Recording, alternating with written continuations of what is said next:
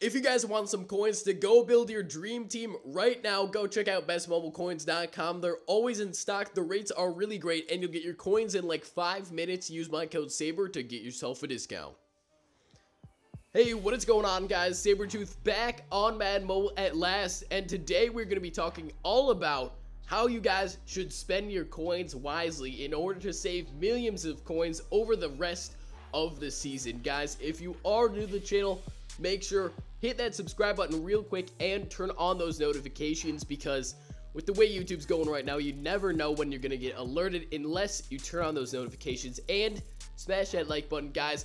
I'm not feeling too great right now. You can probably tell by my voice, and that's why I've taken a few days off. I got hit with a virus and comboed with like my spring allergies. I just got knocked out the past couple days, so finally we're back on it. I'm not feeling 100%, but I wanted to come in clutch, so hopefully you guys can appreciate that and hit that like button real quick. Today we're going to be talking all about spending your coins wisely. So as you guys saw, Ted Hendricks and Randall Cunningham are today's ultimate legends, and this really reminded me of something that some person commented a few videos ago about how to spend your coins wisely. Now, in my opinion, there are two different types of Madden Mobile players.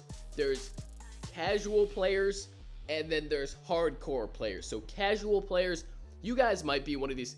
You have maybe a 92, 93 overall. You've never spent any money on the game. You're kind of chilling through. You're playing your league tournaments. You're maybe not in a crazy league, but you're just having fun playing the game. You like upgrading your team, and that's all good too. And there's the hardcore guys who maybe have spent a few, I don't know, they've spent some money on coins, maybe some Madden cash. They have a pretty stacked lineup, maybe over 100 overall, maybe in a top league, maybe not, but they're really chasing a high overall. So there's two different types of players, and these tips should apply to both of them. So Randall Cunningham, let's talk about this card. Really insane stats, 99 overall base, and he's got a +2 agility boost. I'm going to categorize cards for the rest of the video into two terms that I like to use: if they're an endgame card, sorry about that, or if they're a filler card. Now, an endgame card means it's going to be good for the rest of the season, all the way up until the reset of Madden Mobile 18. You're never going to need to replace this guy. And a filler card is a guy who's just sitting in your lineup. He's pretty decent, but there's definitely going to be better cards released in the future. So Randall Cunningham, my pretty much method around this is, if a player is 99 or 98 overall with boosts, he can be considered an endgame player. If he is 98 or 99 without boosts, it depends if he's going to be endgame player based on his true overall, which I will go over in a little bit. And if a player is anything under 98 overall without boosts, he's not going to be endgame. And if players have double boost or a really good boost and they're 95 overall and up, they may be endgame. So keep all those in mind. I know that's a lot to kind of process, but this is going to be a video that should be pretty informational and pretty helpful on how you guys should spend your money the rest of Madden Mobile so you maximize your profit and don't waste your coins. So let's go take a look at my team. I'm just going to go real quickly. John Ross, you guys may think this is a beast card, and it absolutely is. For you guys who are maybe not too hardcore of players, you got this guy from grinding out those live events, and John Ross is going to be killer on your squad. 99 speed, he's going to be on your team for the rest of the year, and that's completely fine. He's an amazing card. In my opinion, he is not endgame, although he is base 98, or is he a 99 overall? No, he's base 98 overall. So this card, although it's amazing, it doesn't have boosts, and 99 speed is something we're going to be seeing from now on wide receivers. So I don't think that's anything crazy there. So John Ross may not actually be endgame. Gronk for sure is endgame.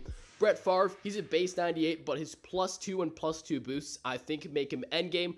Let's talk about the O-line to give you guys a little information on true overall. So this Marcus Cannon, absolutely not endgame. That's a filler card for when I end up getting the Eric Fisher, which I'm very close to. I just need a few more cards. Joe Thomas, also just a filler card. He's 98 overall, but there's definitely better O-tackles that are going to be released. Now, Zach Martin at 99 overall O-guard, not going for too many coins, maybe 700,000 coins, something like that. But this guy, in my opinion, is 100% endgame. And his true overall is something that's close to 110. So what true overall, guys?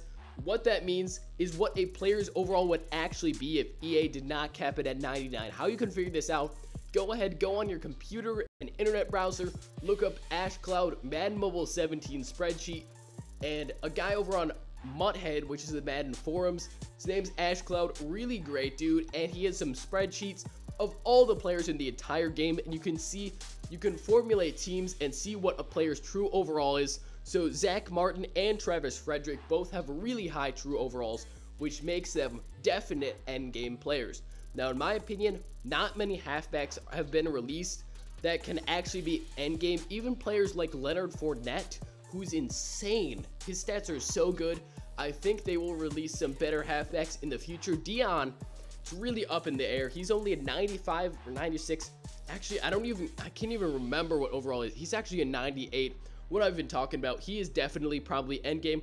Let's go over to the defense. Night Train Lane, he's endgame. Rodney McLeod, he can be endgame as well. Urlacher, this is a really tough one. He's 94 overall. He's been in the game for months, but his boosts make him really, really valuable. Myles Garrett's endgame. Randy White is endgame, but players like Dontari Poe, Joey Bosa, Mike Mitchell, even Marcus Peters and Vic Beasley, D'Angelo Hall, even all of these guys may not be endgame.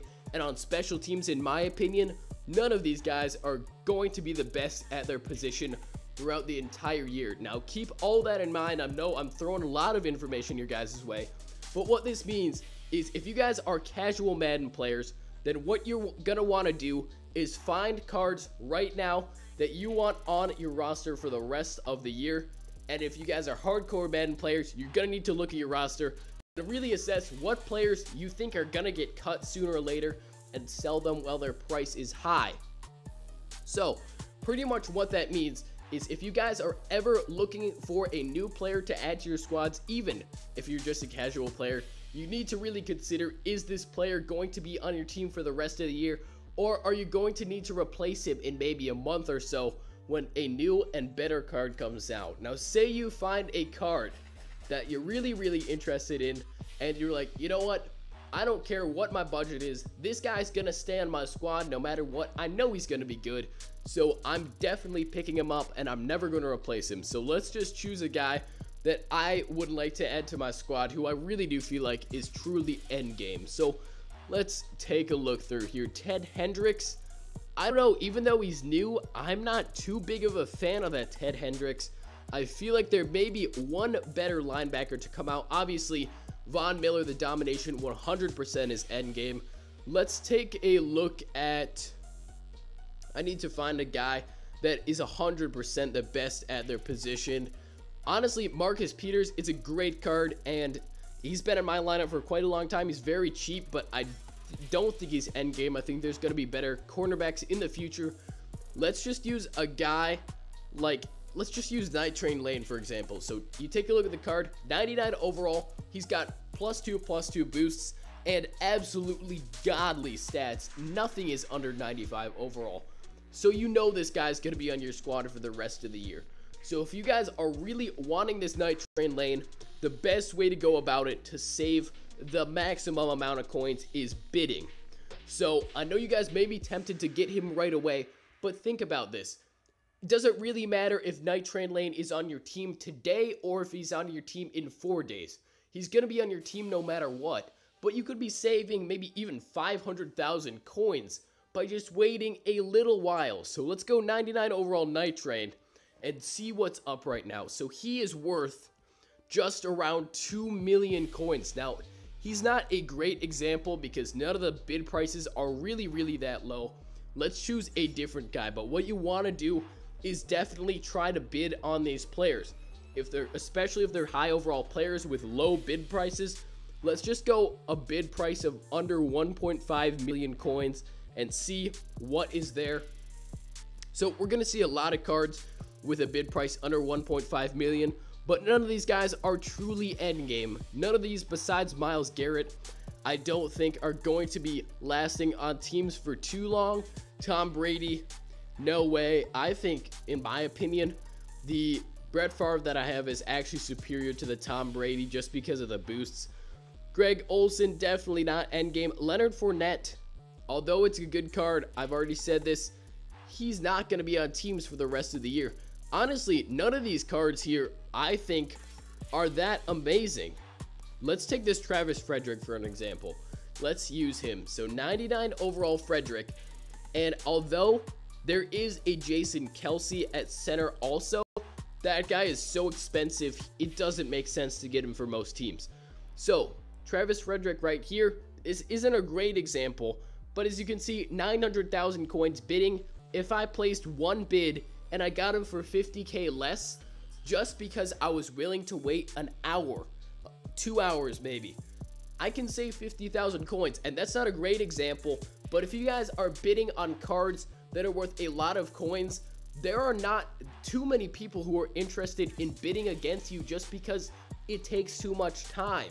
So if you guys are really interested in a certain card, you're sure he's going to be end game, then definitely try to bid on him and save yourself a lot of coins. I know I went over a lot in this video, guys, and there's a lot of kind of vocab that I went through, but hopefully you guys took something away from it. Pretty much to wrap things all up, if you didn't listen to anything else, what I would say, target what type of Madden player are you? Are you casual or are you hardcore? Are you overall chasing, or do you just want good players on your team? Then look at your lineup, assess which cards you think are going to get replaced and which cards you want to keep for the future. Dump the guys that you think are going to get replaced and target cards that you think will be on your team for the rest of the year. Bid on them, win them at the lowest price, and build a squad for the least amount of coins possible, guys. That is going to wrap up the video. Thank you all so much for watching. Hopefully you learned a little something. My voice is kind of going. I need a drink of water and I need to end this recording. Thank you all so much for watching. You guys are the best. Thanks for all the support lately. It really does mean a ton. Go out there, save some coins, build an amazing team, break some ankles, stay hungry, stay humble, and as always, guys, hard work beats talent when talent doesn't work hard. I will catch you guys in the next video. Peace.